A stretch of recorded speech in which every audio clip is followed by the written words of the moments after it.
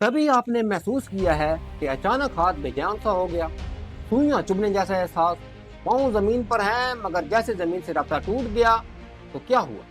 دل میں ایک جھٹکا سا سوال اٹھتا ہے، یہ کیا ہو رہا ہے میرے ساتھ؟ ہاتھ پاؤں سون ہونا ایک عام علامت سی لگتی ہے، لیکن بعض اوقات یہ جسم کی وہ سرگوشی ہوتی ہے جسے ہم سننا نہیں چاہتے۔ یہ صرف سن ہونا نہیں ہوتا، یہ اعصاب کی خاموش فریاد ہوتی ہے۔ میرے کلینک میں ایک بار ایک مریض آیا، وہ کہتا ہے ڈاکٹر صاحب ہاتھ پاؤں میں جان نہیں رہتی، ایسا لگتا ہے جیسے کرنٹ سا دوڑ رہا ہو، اور کبھی انگلیاں بے حس ہو جاتی ہیں، کبھی پاؤں سو جاتے ہیں، اور اس جملے کے پیچھے ایک انجانا خوف چھپا ہوتا ہے۔ کہیں حالت کی ابتدا تو نہیں، کہیں شوگر نے اعصاب خراب تو نہیں کر دیے، کہیں اللہ نہ کرے دل کا مسئلہ تو نہیں۔ میں ہمیشہ ایک بات واضح کرتا ہوں، ہر سن ہونا خطرناک نہیں ہوتا، لیکن ہر سن ہونے کو معمولی بھی نہیں سمجھنا چاہیے۔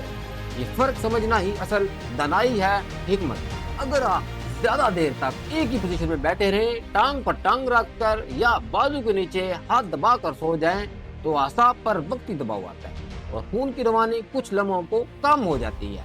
نتیجہ سن ہونا یہ وقتی طور پر ہوتا ہے، چند منٹ میں ٹھیک ہو جاتا ہے، لیکن اگر یہی کیفیت بار بار ہو بغیر کسی واضح وجہ کے، تو ہمیں گہرائی میں جانا پڑتا ہے۔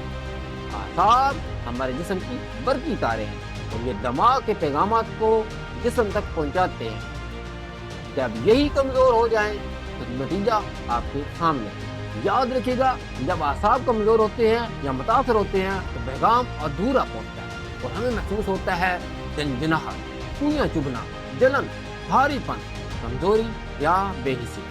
کبھی یہ وٹامن کی کمی کی علامت ہو سکتی ہے، کبھی شوگر کا ابتدائی اشارہ، کبھی گردن یا کمر کی ہڈیوں میں دباؤ، کبھی شدید ذہنی دباؤ۔ جی ہاں، ذہنی دباؤ بھی اعصاب کو متاثر کرتا ہے۔ جب انسان طویل عرصے تک تناؤ میں رہتا ہے تو جسم کا اعصابی نظام حساس ہو جاتا ہے، پھر ہلکی سے تبدیلی بھی بڑی محسوس ہونے لگتی ہے۔ میں مریض سے ہمیشہ ایک ہی سوال کرتا ہوں، سن ہونا کب شروع ہوا؟ ایک طرف زیادہ ہے یا دونوں طرف؟ کمزوری بھی ساتھ ہے؟ چلنے میں لڑکھڑاہٹ ہے؟ بولنے میں رکاوٹ ہے؟ کہیں چہرہ کبھی ٹیڑھا تو نہیں ہوا؟ کیونکہ اگر سن ہونے کے ساتھ اچانک کمزوری، بولنے میں مشکل یا جسم کا ایک حصہ کام کرنا بند کر دے، یہ ایمرجنسی صورتحال ہو سکتی ہے۔ فوراً اسپتال کو پہنچیں، لیکن زیادہ تر کیسز میں یہ مسئلہ آہستہ آہستہ بڑھتا ہے، انگلیوں کی سروں سے شروع ہوتا ہے اور پاؤں کے پنجوں تک پھیلتا ہے۔ مریض کہتا ہے ڈاکٹر صاحب ایسے لگتا ہے جیسے روئی پر چل رہا ہوں۔ یہ جملہ میں نے کئی بار سنا۔ سن ہونا صرف جسمانی علامت نہیں، یہ زندگی کے معیار پر اثر انداز ہوتا ہے۔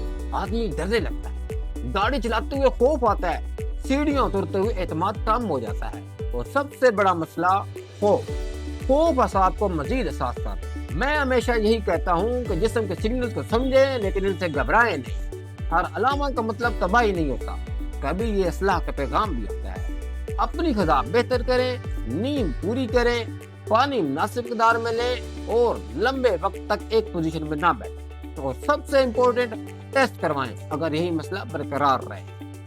اعصاب خاموشی سے کام کرتے ہیں، جب وہ بولنا شروع کرے تو نظر انداز مت کریں۔ یاد رکھیں، بروقت توجہ بڑی بیماری کو جنم لینے سے پہلے روک سکتی ہے۔ ناظرین، اعصاب کے بارے میں جتنی بھی میڈیسن ہے وہ میں نے اس ویڈیو کے ڈسکرپشن میں آپ کو مینشن کر دی۔ آخر میں، اگر آپ کے ہاتھ پاؤں سن ہوتے ہیں تو اسے قسمت یا بڑھاپا سمجھ کر قبول نہ کریں۔ اپنے جسم کے ساتھ انصاف کریں، خوف نہیں شعور اپنائیں، اندازے نہیں تشخیص کروائیں، کیونکہ صحت صرف بیماری نہ ہونے کا نام نہیں بلکہ اعتماد کے ساتھ جینے کا نام ہے۔ میں ہوں ڈاکٹر حسیب، ملتے ہیں اگلی ویڈیو میں۔